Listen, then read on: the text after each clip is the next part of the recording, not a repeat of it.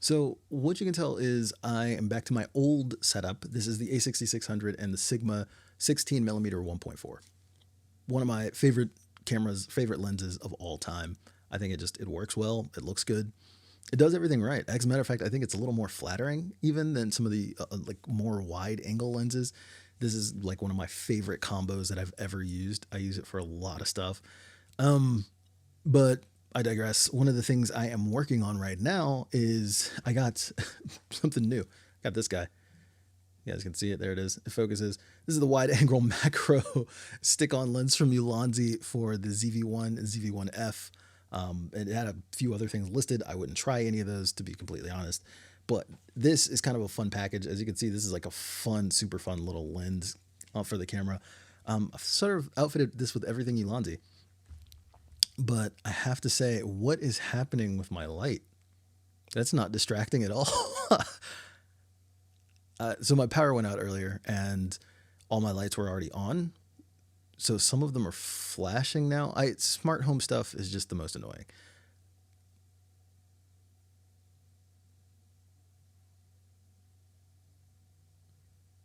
Nope. Okay. I thought it was done, but yeah. And now I've got like the sea waves going through. It's great. It's definitely out of sync, but whatever. Enough of that. Anyway, the point I was trying to make is I believe it takes it from the 20 millimeters down to like 14, 15 millimeters. It's pretty wide. It's pretty spectacularly wide, as a matter of fact. And I wanted to take it out and test it against my Rokinon or Samyang 14 millimeter, same thing, 2.8, just to see how it is. Now, the problem with it is I don't have a 52 millimeter ND filter to stick on the end of this. So no ND. I didn't stick an ND under it. I don't have any ND for it. So it's probably filmed at like f11 or something, just something horrible. Same thing with the Rokinon. The Rokinon's got like a kind of like a whoop. So no filters for it. But let's see how some of these images looked. Let's see if they're fun. Let's see what's up. So just to start, on the top, you have footage from the Samyang 14mm f2.8 on my A7 III. And on the bottom, you have footage from the zv1F. It is with the Ulanzi wide angle adapter attached. Now, right off the bat, there's a couple things you can see. The 14mm is much, much wider than the Ulanzi. And the Ulanzi also has this kind of ring of blur around it. So it's only sharp directly in the middle. I think I attached it kind of offset. That's neither here nor there. I'll probably end up fixing that. But the interesting thing is, I think for vlogging, it'll be fine because you're right in the middle of the frame all the time. For stuff like this, though, it's noticeable. You can see the weird blur on the edges. It's very noticeable. The other thing I'm really impressed with is how much wider the 14mm is. I thought it would be about the same, but it is not. All in all, though, I am definitely impressed with how this turned out. Now, I did have to edit the ZV1F footage, just to let you know. I did have to edit it a little bit. I had to bring down the highlights quite a bit just because it's not designed for this. It needs an ND filter, and I don't have one. Sorry to say.